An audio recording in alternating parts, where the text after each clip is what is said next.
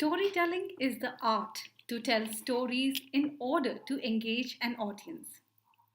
A storyteller conveys a message, an idea, and knowledge through a story in an entertaining and engaging way. The audience will only be engaged if the storyteller has found the right story and has adapted the story to make the story his or her own. Hello, everybody. I'm Nupur Aggarwal, a storyteller, story coach, a teacher trainer, and a published author. And I welcome you all to this session on finding and adapting stories to engage the audience. So let's look at why do you need to find the right story. So let me ask you a question. Let's suppose you want to go for the MasterChef competition and you apply for it, you get selected for the first round of audition. Now, the first requirement is that you've been asked by the organizers to get to the venue, a fruit smoothie. Okay, so they've asked you to make a fruit smoothie and get it to the audition. Now you know how to make a fruit smoothie, and you decide that you're going to make a mango smoothie, and you know very well how to make that mango smoothie. But to make that mango smoothie, what do you need? You need the right ingredients. And in case of mango smoothie, the most important ingredient would be the mangoes themselves. So you need to go hunting for the right kind of mangoes. And if I know the recipe of the smoothie right, I know how to make it, then I would go looking for, a mango variety which is not too sour. And when I find that variety, I would pick the ones which are not overripe, because then they would give out a smell. I would pick the variety which is not too fibrous, because nobody would like to have those fibers when they are drinking that smoothie. So you see, to make that smoothie right, you need the right ingredients. If you do not have the right mangoes, you won't be able to make the smoothie irrespective of, following the recipe to the T. Now the second scenario, say you are a very good orator, you have excellent speaking skills, and you represent your school for all the debate competitions. Okay, now as I said, you have excellent speaking skills, but what do you need to speak well? If you are given a topic, okay, to debate or speak on, what do you need? You need the right knowledge of the subject that you are going to speak on. If you do not have the knowledge, if you do not have the right idea and information about what you're going to speak, no matter how well you speak it, it might, the subject might not connect with the audience. Similarly, there are stories all around us. There are thousands and thousands of stories out there. But in order to engage your audience, you need to pick the right story. So that is why, we all need to find the right story to tell. Now, how do you find the right story? As I said, there are thousands and thousands of stories out there, but amongst those, how do you pick that one story that you think would engage the audience? Okay, so let me take you through the guide. So one is that you should work as per the theme. So suppose you are telling you're going to share a story in a competition. So many times as organizers, they might give you a theme to work on. Okay, it might be, say, you might be asked to speak or tell a story, share a story on environment, or maybe one from the world of sports, or maybe folk tales could be the theme. So you have to start your research based on the theme that you have been given. So, that narrows your search. So, as I said, thousands and thousands of stories everywhere, which one to pick. So, the moment you say, okay, I want to tell environment stories, so that narrows your search, and that makes it easier for you to find a story. It could be, folk tales. So, you do not want to then look at other stories. You just want to look at folk tales. So, the theme is one of your deciding factors. Second is you have to know your audience very well. Whom are you sharing the story with? your audience. If you do not pick a story for them, whom are you telling the story to? Whom are you picking the story for? So you have to know your audience very well. Know what is their age. Because a story that appeals to kindergarten might not appeal to a teenager. A story that will appeal to a 50-year-old might not appeal to a 10-year-old. So you need to know whom are you catering to? What is the age of the audience that you are going to share the story with? You also need to know the language the audience understands. Because what are you going to do through the story? Convey information, convey an idea, convey knowledge. So if you do not speak a language that the audience understands, it's going to fall flat. They might not be able to engage themselves no matter how animated you are. So you have to know well in advance what language your audience, the language your audience understands. And also tell the story in a language that you are comfortable with. So many times you might just get excited and you might say, oh, Hindi, I can tell a story. I speak good Hindi, I can tell a story in Hindi. But when you start telling it, you realize that no, it's not happening, it's not coming out well.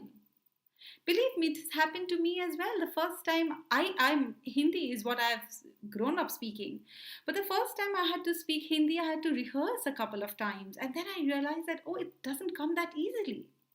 But now I tell a lot of stories in Hindi, but I'm just giving you, what it is, the reality, that you might think that you are comfortable speaking a language, but telling a story is totally different. Because, it's not very conversational that you will, there's no room for and ma and what and trying to remember. No, it should be there should be a flow to it. So to do that, you try and share the story in a language that you are absolutely comfortable with. And if you want to experiment with another language, then you really have to rehearse well. If you can commit to that, go ahead and experiment. Okay, the cultural background of the audience, excuse me. The cultural background of the audience is equally important, because every people come with their set of beliefs, their ideas, so you wouldn't want to challenge them. You do not want to hurt their sentiments. You do not want to challenge their cultural beliefs, right? So a story, for example, and this is especially true in case of folk tales. Folk tales are stories, that they're kind of stories that get passed on from one generation to another. And folktales talk about the tradition, the belief, the custom, the ideas of the people of the country that they originate from. So if, for example, if you pick a folktale from America and you share it with the people of India, then it might not be very appealing to the Indians, because it might talk that story might talk about the beliefs, the ideas of the people, from where it originated. So you have to be very well versed. You have to really know what is the cultural background of your audience. And another example to give is that you are telling a story to a very conservative group. They have very conservative thoughts, and you go with a very radical story, that challenges those thoughts. It's very radical. You might be hurting them, their sentiments, right? So be very careful about the cultural background of your audience. Talking about the length of the story again, as a storyteller, from my experience, what I think that a safe duration would be about 8 to 10 minutes. This 8 to 10 minutes appeal to all kinds of audience, all age groups, right? But if you're telling a story to children, small children, say 2 years to 4 years, 5 years, then it's good to go with a short story of 5 to 6 minutes, because the attention span is much shorter.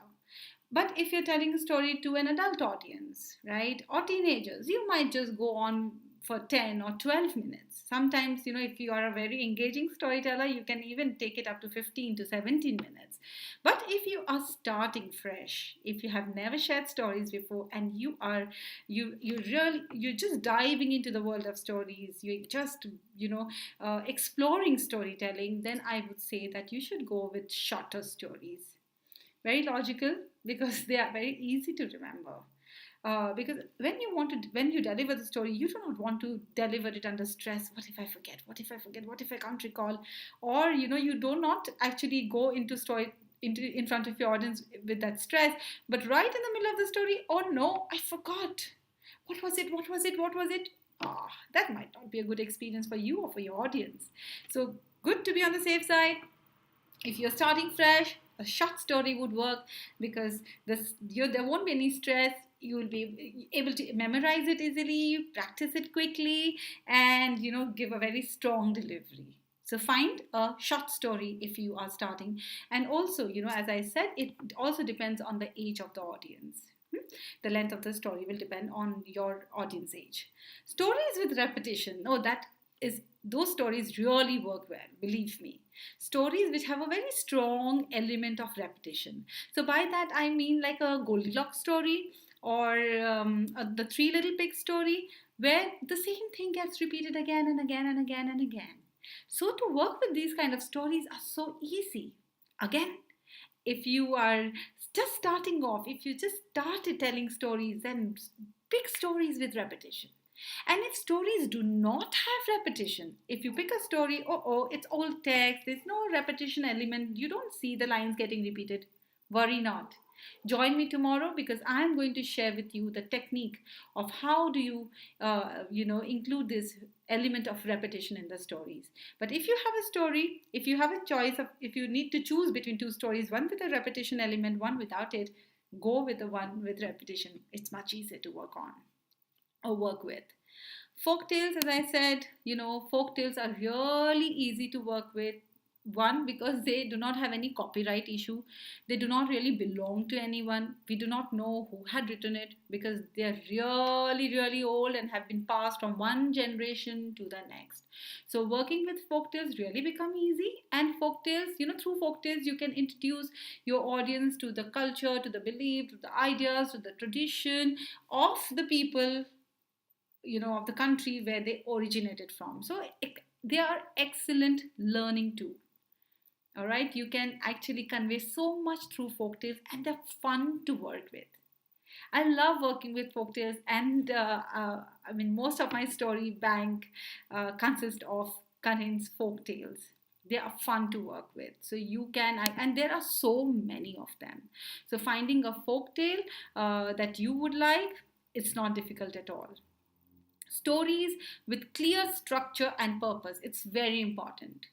So when you are researching for a story, you will be reading a lot of stories, right? So when you are, okay, I'll just take a quick pause and say hi to my viewers. I'm sorry I forgot to welcome you all. Hello Preeti, hello Mudita. Hi, welcome to the session. Good to see all of you here. And I hope that you're enjoying the session. All right, so going back to the story, to this point, stories with clear structure and purpose. So by this I mean that when you start researching for the stories, when you start reading stories, look for stories, that have a structure. And by that I mean that they should have characters, they should have a setting, it should describe where is the story happening, when is the story happening. It should introduce problems, because problems are something that provides a hook to the audience. If there are no problems in the story, no conflicts in the story, your audience will not be engaged with the story. So, and characters, I say the story should have characters, because the audience, they root for characters. Okay, when we say that stories help developing empathy, the stories help develop empathy, this is what develops empathy. The audience connect to the character. So the story should have character, should describe when is it happening, where is it happening, should have a series of conflicts or problems, because that hooks the audience. And also it should have a very clear and a resolution, because everybody wants a closure. Okay, so there should be a resolution. The audience should know what happened in the end. Now, if you find a story you're really interested in, oh, this is a story I love, I would like to share this story, but it doesn't have a clear structure, worry not. You can actually adapt the story, okay, to introduce all these elements. I'm going to talk about it a little later. Okay, so let's look at what I mean by clear structure. So this is what I mean. It's like a story spine. So it's like a checklist for you. So once upon a time, there was, is there somebody, character, where is it happening, what is the character's routine, every day he did this or she did this, and then one day. And that then one day brings in the problem or the conflict. And the audience who's been listening to you about the character and setting, and when you say one day, what happened?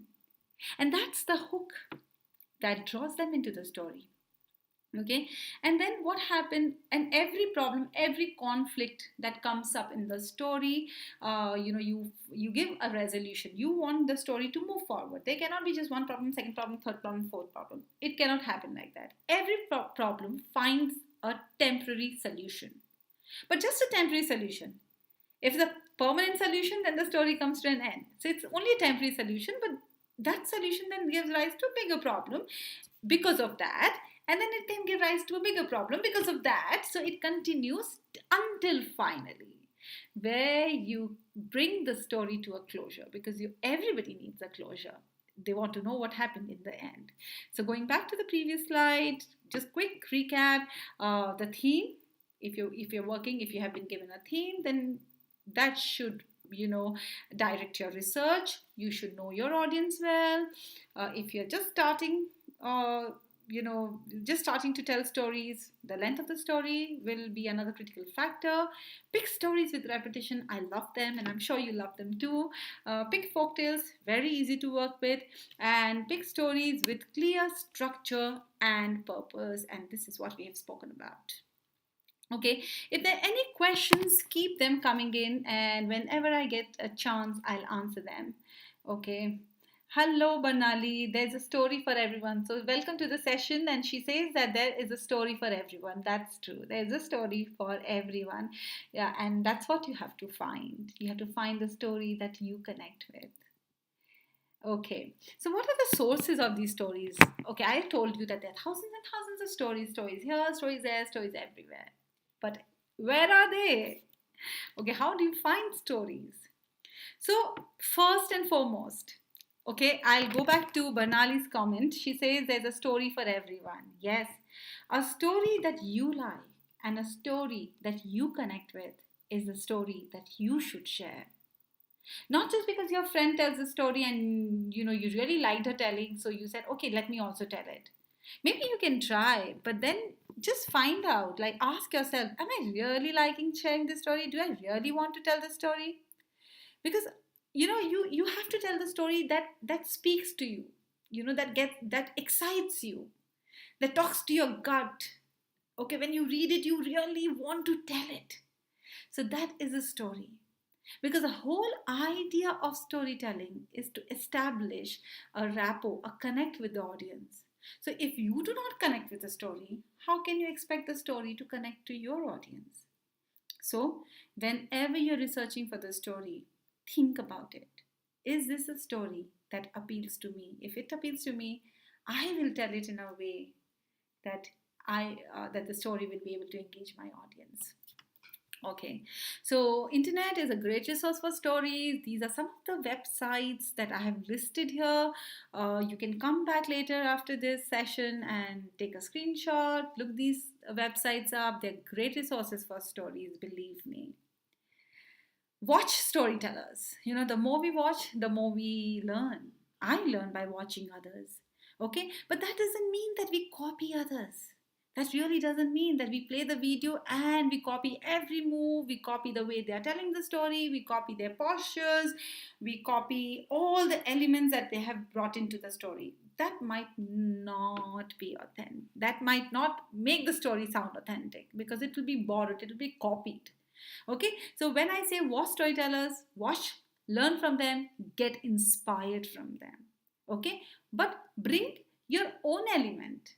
Okay, you need to make it your own, and that cannot happen if you copy others. Okay, when I am talking about watching storytellers in the context of finding the story, you watch 10 storytellers, you watch 10 stories. Okay, this is a story I like, pick that story and then research on that story, find out about the origin of the story, find what are the other versions available of the story, and then create your own version. Okay, so watch storytellers, read a lot of stories. The more you read, the better your story bank will become. Okay, so whenever you read a story, you feel, this is something that is really interesting and I can share with my audience. Maintain a diary, keep writing.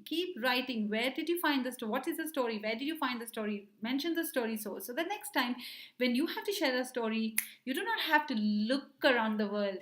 Your diary will be the one that you can pick the story from. Believe me, you need to read a lot of stories. All right. So, hello. Is this somebody who's joined in? Neil, welcome to the session. Okay. So, read a lot of stories, and my favorite, share a lot of personal stories. By personal stories, I mean stories that you have experienced, stories from your life. Okay, but it really depends on your comfort, because they're your stories and you're going to make them public. You're going to tell people about your life, something that has happened to you. So do that only if you're comfortable. So what kind of personal stories can you share? You can share about a naughty incident from your life. You can talk about your hardships. You can talk about your failure, your success, or a competition that you won. You can talk about your favorite sport. You can talk about your favorite cricketer who has inspired you. So there are so many personal stories because we all live them every day, right? So you can share them. Now it's truly magical when you share a personal story. It can really, you can really connect with your audience. And I say that because when you share a personal story, okay, you are sharing a part of yourself. Okay, so what happens is your audience starts empathizing with you. They connect to you because your story might have triggered their experience, might trigger their story. So if I share a story about a time when I failed in an exam, okay, those who are watching me might think, oh yeah, the same thing happened to me. I didn't fail in an exam, but I so wanted to win that competition and I didn't. And immediately there will be a connect between us because of our experience. I have experienced something that you have experienced. You have experienced something that I have experienced. So there is a connect that forms. It's a bond that comes into play. There's a trust. Okay. And personal stories, they're easy to tell because you have lived them. There's nothing to memorize, right? You only have to craft it. You have to know what you will say, how you will word it, but they're very easy to remember because it's your story. It's within you. You are the character in the story. It's about you.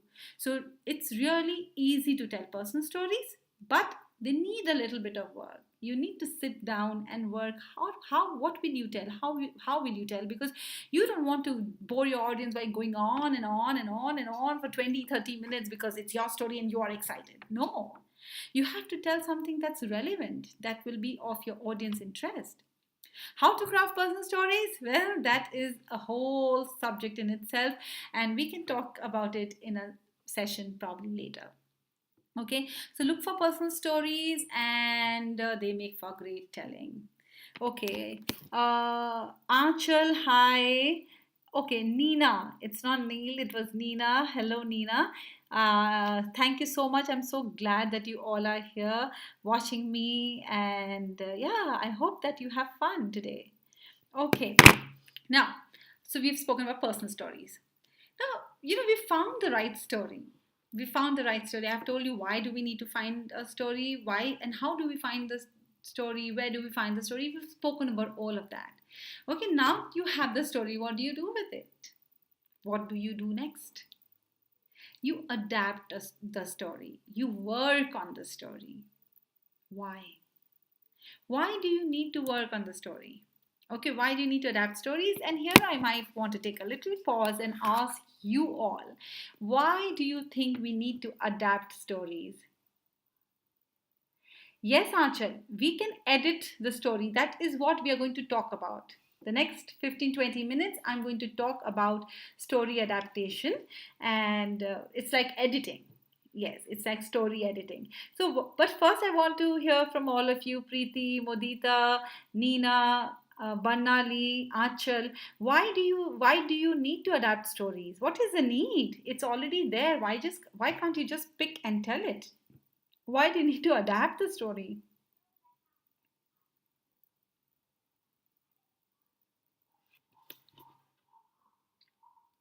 I'm waiting. I've taken a small, quick pause here to hear from you.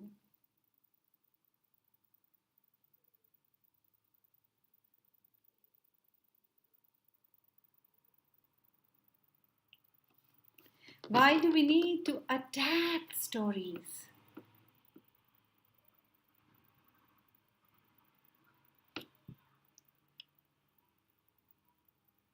Okay, a quick, another 10-second wait.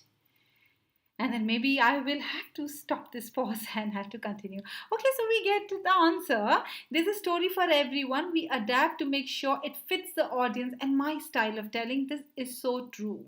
This is what I'm going to talk about, that it should match your style of telling. There's so many varied styles of telling. Somebody might tell a story using some props. Somebody might tell a story bringing in a lot of dramatization. Somebody might just read out a story. So it's your story.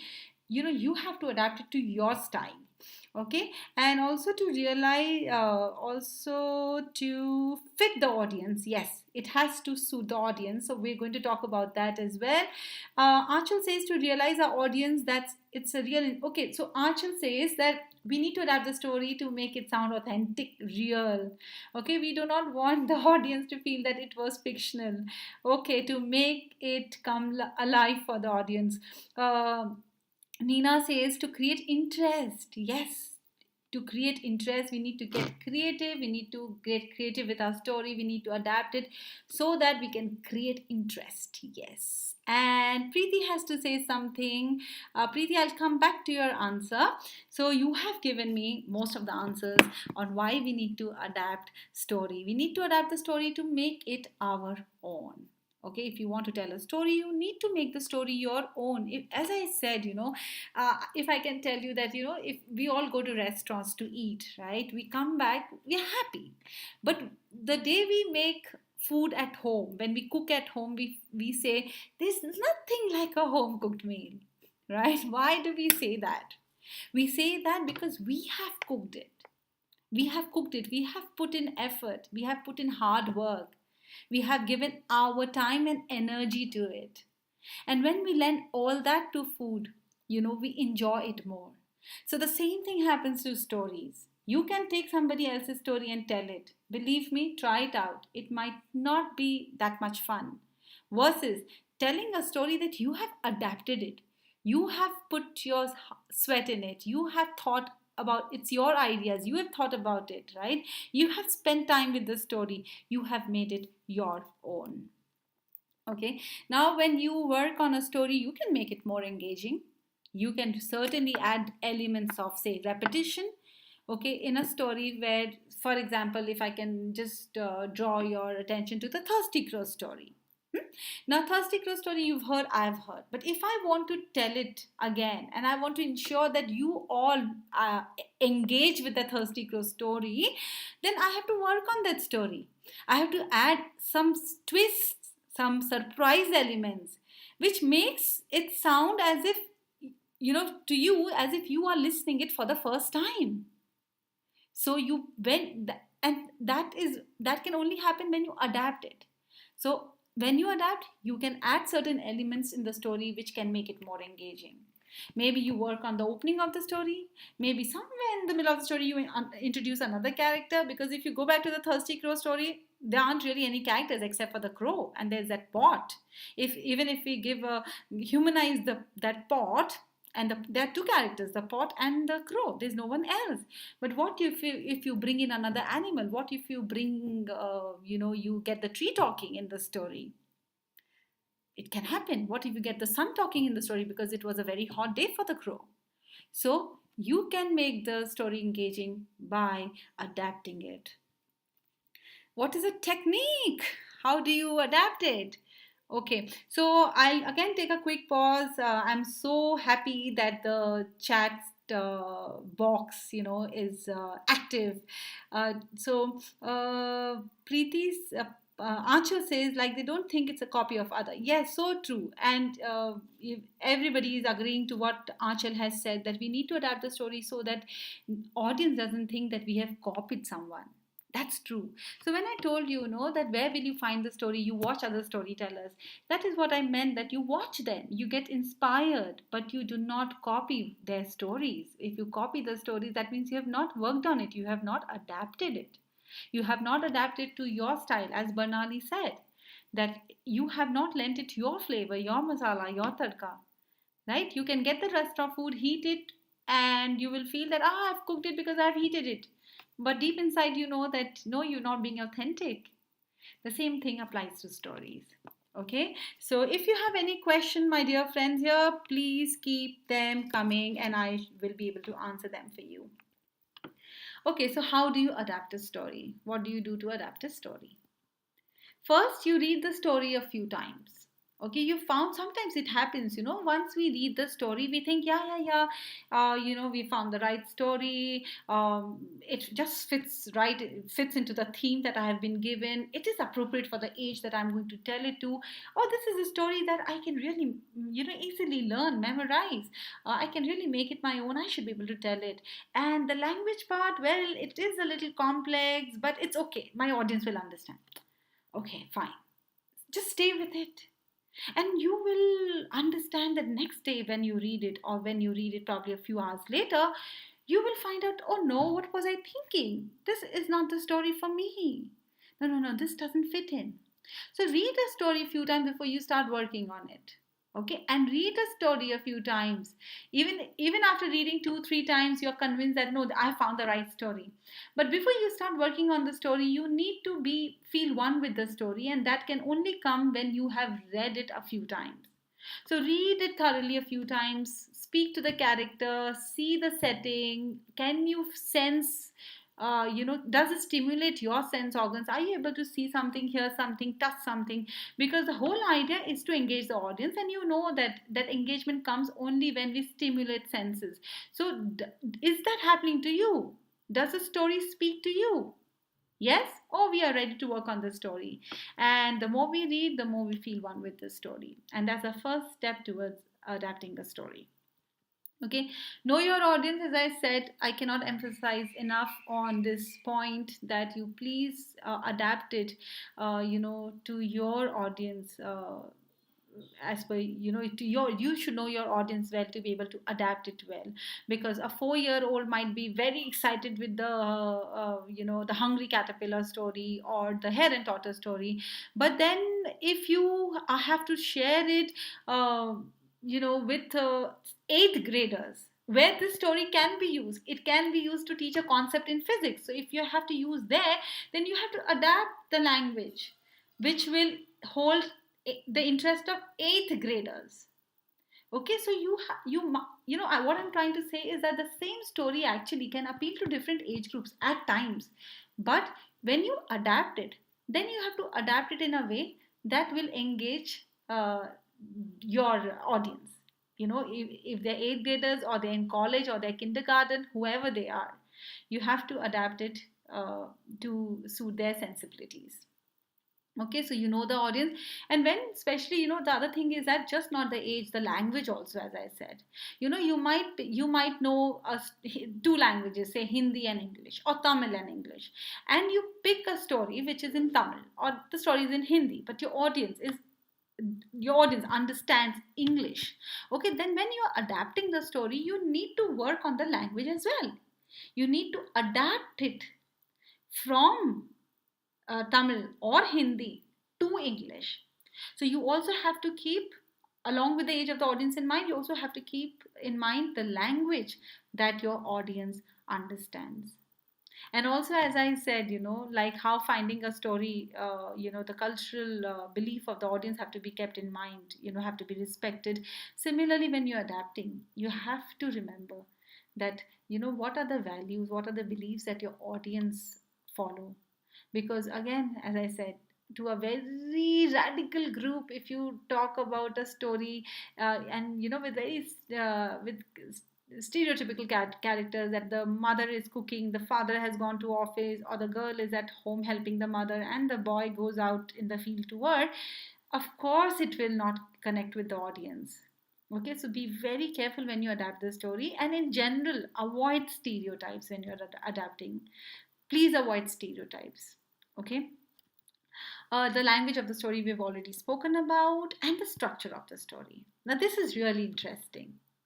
The structure of the story, as I said, it should have the character, it should have the settings, it should have the problems or conflicts, right? And it should have a clear resolution. There has to be a clear end. So now you have picked the story, and you have the character, you have the setting, you have all the conflicts, and you also have the resolution. But still you might have to work on the story structure while you are adapting it. Okay, you might want to describe the character, you might want to embellish the setting, you might want to change the setting of the story, you might want to introduce another conflict in the story. So that all comes when you are adapting the story. I'm going to talk about it just a minute from now. I'm going to take a small pause. There is a question from Swastika Pradhan, who says that, can a story be anything? Swastika, can a story be about anyone? Yes. Can a story happen anywhere, in any part of the world? Yes. And can a story be anything? I quite don't get that. If you can explain it to me, I would be able to answer that. Okay. All right, so going back to the structure of the story, so as I said that the structure there might be a clear structure in the story, but when you are trying to make the story your own, when you're trying to adapt the story, then you might want to work a little you might want to change a few things in the story. It could be character, it could be setting, it could be the events in the story. So I'm going to give you a small example here. Okay, so when I say characters and setting, you might want to embellish the character and setting. When I talk about characters, I mean that, would you want to give a name to the character? Would you want to connect your audience to the character by describing the character a little? How did he look like, or what were her likes and dislikes, and her behavior, and is she always grumpy, or is she a chirpy kind of a character, always laughing? Does she have friends? So a little, when you talk a little about the character, it just makes a character, it adds life to the character. So I will give you an example right after this. And similarly with settings, the story, if you're picking up a story and you're adapting the story, then you have the liberty to change the setting, the place. You can change the time. It might happen, say, it might have happened a long time ago, but you can set the story in present. Okay, it might have happened in a forest, but you can bring that story and place it somewhere else. So you have the liberty to work on the characters and the setting of the story. Okay, so this is a small example I'm going to give you. So this is a hare and the tortoise story, just a small part, and this is a part of the hare tortoise story that I took from a book. Okay, so that book had this story, and this story of hare and tortoise started in this way. So I'm going to read it out to you. One day, a hare was bragging about how fast he could run. He bragged and even laughed at the tortoise, who was so slow. The tortoise challenged the hare to a race, which of course made the hare laugh. My, what a joke, thought the hare. A race, indeed a race. Oh, what fun! We shall race, said the hare. So this is exactly just, I've copied it from a book. And then, if I want to tell this story, I would want to work on this story. So I'm not very happy, or I'm not very comfortable, I would say. Not happy, I'm not very comfortable starting it like this. So what I thought I can do is, once upon a time, a long time ago, a time so long ago when I wasn't born and you were not born too, that long ago, in a dense jungle full of twisted trees, there lived a hare, Miku, and a tortoise, Gopu. The hare was a big show off. He would often brag about his speed. He would take a diet rich in carrots despite knowing that they were not good for him. He believed that eating more carrots would give him energy to run faster. A cold winter morning, Miku was bragging about how fast he could run. I can run at the speed of lightning. I can run probably faster than a cheetah too. He bragged and even laughed at Gopu, who we know was very slow. Tired of Miku's bragging, the slow tortoise challenged the hare to a race, which of course made the hare laugh. So you see, this is just like 5 or 6 lines, and I have turned it into a 12 line without boring the audience, without spending too much time describing the setting or the character, but describing them enough to make them come alive. You have, I have given a little backstory about the hare, Miku, who used to eat carrots, and we all know that carrots are not good for hair. It just, gives them more energy than they need. So I have portrayed him to be a character who basically doesn't follow a diet. He's very, not very responsible, and he eats what he wants, and he eats what he wants because he thinks that he would be able to run faster. So you kind of, it's like a little backstory to the character, because the character I have introduced as somebody who runs very fast. So why does he run fast? Because he keeps eating carrots and he thinks that anyways rabbit's hair can run very fast. But I'm just introducing a very interesting element about the carrots, which I'm sure that you wouldn't have heard before when you had heard this hare and tortoise story. Okay, and I give a human attribute to the tortoise as well by giving the tortoise a name, because again, just to help audience connect or engage with these characters. Right. So again, in the previous story, that this excerpt, that there is no mention of the setting.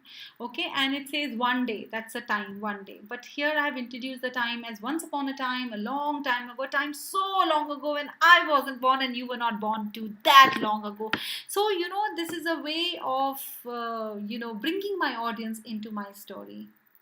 Okay, acha, that long ago, it really happened a long time back. That's the scenario that I'm trying to paint for you. Okay, and I'm giving the setting that it was a dense jungle, it was full of twisted trees. The moment you hear that from a storyteller, you will start imagining a jungle, you will be transported to the jungle. So this is what I mean when I say that when you adapt the story, work on the characters, work on the settings, and if needed, do add a twist here or there to make the story interesting. Okay, and of course you have to work on the delivery. You have to know how will you tell it, what kind of gestures, expressions you will use. Are you going to bring in the element of repetition? How will you build interaction and participation in the story? And the good news is that all that is coming tomorrow for you at 11 a.m. Yes, I'm going to go live here once again, talking about all the tools that a storyteller needs to tell a story well. That's for tomorrow. And then when you have adapted it well, when you have worked on the delivery, you tell it to the audience. But just don't be very casual about it. Tell it to the audience. Observe. How have the audience reacted? Were you able to trigger their emotions? You pictured them laughing at on a certain character, or you felt that your story will be able to evoke a certain response from the audience. Did it do that? Okay, or it did not work. Again, if it did not work, what parts did not work? Okay, so when you come back after telling the story, you think about it. Okay, go through it in your mind, note down what worked, what did not work, and then work on the story again. Work on those parts that you think did not work, adapt it again and retell. And when you retell for the second time, come back and again analyze the story. And if something has still not worked, adapt it again and retell. So it's only with constant retelling that you get the perfect story. You master that story, and that really becomes your story. Yes. Okay. But whenever you work with a story, please be careful. It might be somebody else's property.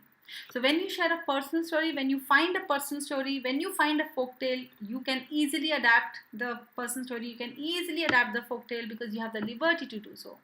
Personal story is your story. Folktale is a story nobody has any claim on. We do not know who's written them. So we can easily pick and work with them. But if you're picking a story that somebody else has written, you may have to be very careful. It is somebody else's intellectual property and cultural property. So you have to seek their permission. Okay, and then so that was all from me today. I've told you where to find, why do you need to find the right story, where do you find the story, then if you found the story, how do you adapt the story, and also we discussed why do we need to adapt stories, right? So stay with the thought, and if you have any questions, do not hesitate to ask me. I would love to answer your questions, and just to help you understand where we are, and you know uh, understand or give you a glimpse about Creative Corner. So today you are here on the Creative Corner. That's a YouTube channel that's run by Unacademy, and when you take a subscription of this Creative Corner, you get to attend a lot of classes. You get to learn from the top educators.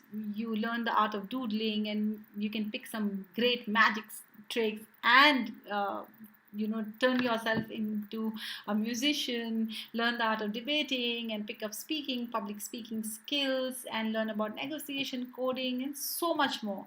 But for that, you have to take the subscription of Creative Corner. And the best part is, if you apply my code, that is NUPAL10, you get a 10% discount. And along with that, you can get featured on this YouTube channel, Creative Corner by Unacademy. For that, you need to submit a video, and your assignment for today is, if you can tell us your 3 key learnings from today's session. Okay, and along with that, share a story from your childhood, a story that you heard from your family, or a personal story. And if we like it, we are going to feature you here. Right, Creative Corner by Unacademy. It's a YouTube channel where you get featured. And where will you submit your video? You need to record it. Okay, so you need to record yourself. You need to record it on your camera, and this is the link where you need to send in your video assignment. This link is mentioned in the description below. You can pick the link from there. And throughout January, there has been, a carnival on Creative Corner, where you get to learn from the best of educators every day from 4 to 5 p.m. and 5 to 6 p.m. It's been running since 4th January, and it's going to run all through 31st January. Okay, you can join the Unacademy Creative Corner Telegram group, where you can ask questions about the educators, about the classes, and receive updates from the team directly. The best part is that you also get to, apart from all these free classes that we bring to you on YouTube, you also can attend Creative Corner Timeout 2021, where some expert educators are going to bring you interesting classes all through 31st January from 9 a.m. onwards. And you get to learn about magic and doodling and poetry, coding, Excel. You can learn how to create an app and how to make a robo, game tricks. All of these classes are free, happening on 31st January, 9 a.m. But all you need to do is register yourself for these classes. Okay, so I hope that you had fun listening to me. If you have any questions, do send them across. I'll be happy to answer them. Take care, stay safe. Thank you.